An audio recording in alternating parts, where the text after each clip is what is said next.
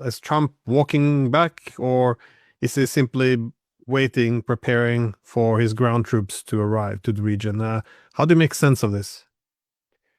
Uh, it's not easy to make sense of a president of the United States that just brazenly lies in a way that is exposed immediately.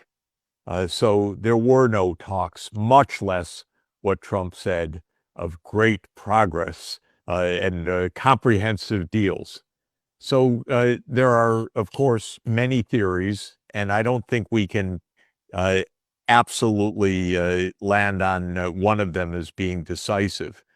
One theory, which I think really needs to be taken seriously, is that Trump confabulates, meaning that he lives in a delusional world.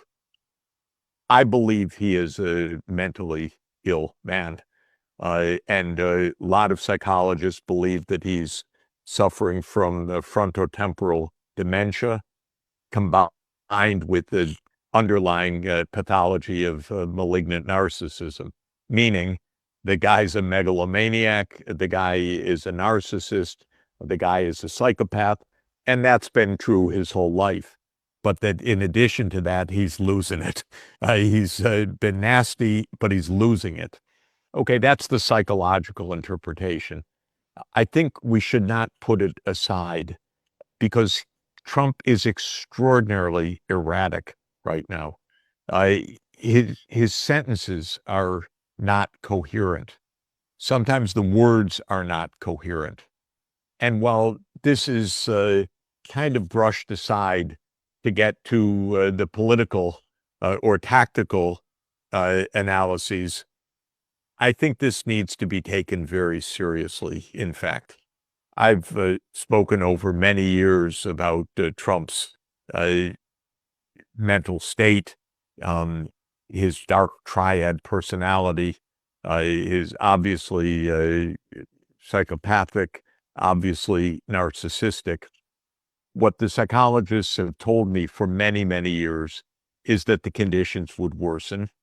And recent uh, analyses by the psychologist, by several, say that there are all the evidences of a greater impulsivity, a lack of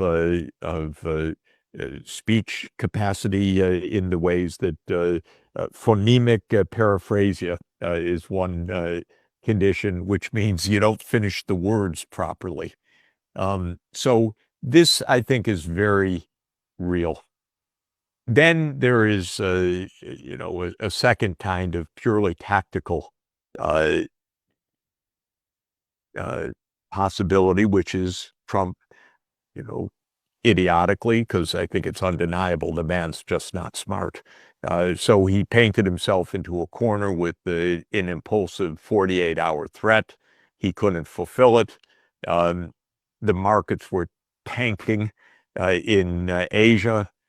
Trump can't stand the markets tanking in the United States, so he had to do something. And this theory is, he's just so stupid that the best thing that he can come up with is a lie that is disproved within moments. Uh, that's plausible too, that this is just backing off from something that because he's not very clever. A third possibility, which many people subscribe to and is not mutually exclusive, is that he or his cronies are front running the markets. And so the markets are swinging. They make announcements. They knew that this would cause stock markets to rise, oil prices to fall. And all you have to do is have a 1 minute advance notice of what the president's going to say. And voila, you can make millions of dollars in the easiest possible pickings. And there are people who are analyzing that there are mysterious trades in the market a minute or two before market opening and so forth. I don't discount this at all because the brazen corruption of this administration is beyond belief.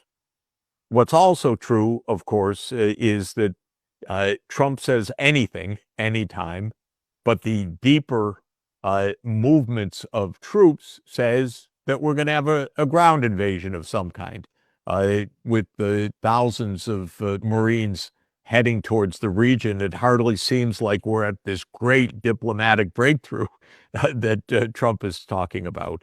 And as time goes on, from these announcements a couple of days ago, the Iranians have said repeatedly, no, sorry, there's no negotiations with the Americans this way, that way, directly, indirectly, but the Marines keep coming.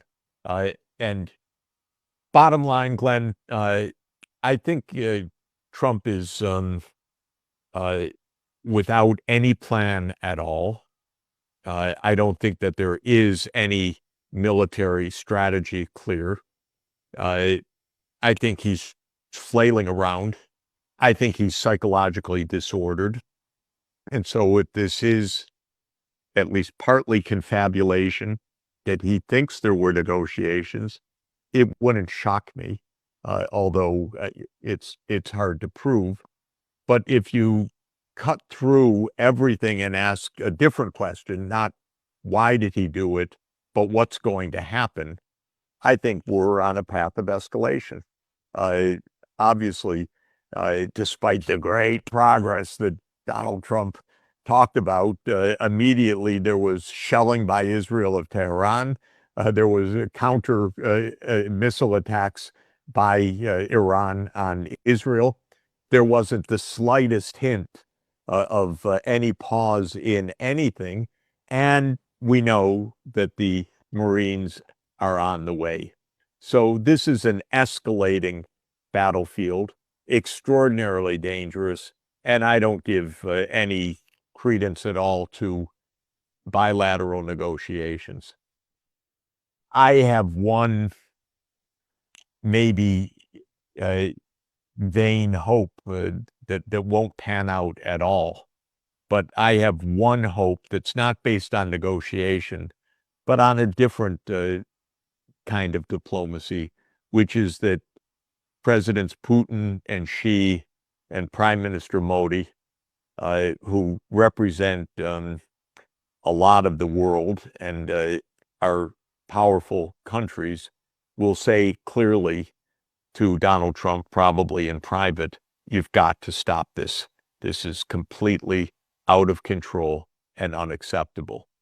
And that hasn't quite happened yet, but I think that that is, for me, the only hope that I have for a diplomatic off-ramp. It's not based on negotiation. It's based on basically someone or three leaders of considerable stature saying to the President of the United States, this is the reality. You can bullshit all you want on your True Social and all the rest, but this is the reality. The world's about to go up in flames. If you continue this way, you've got to stop.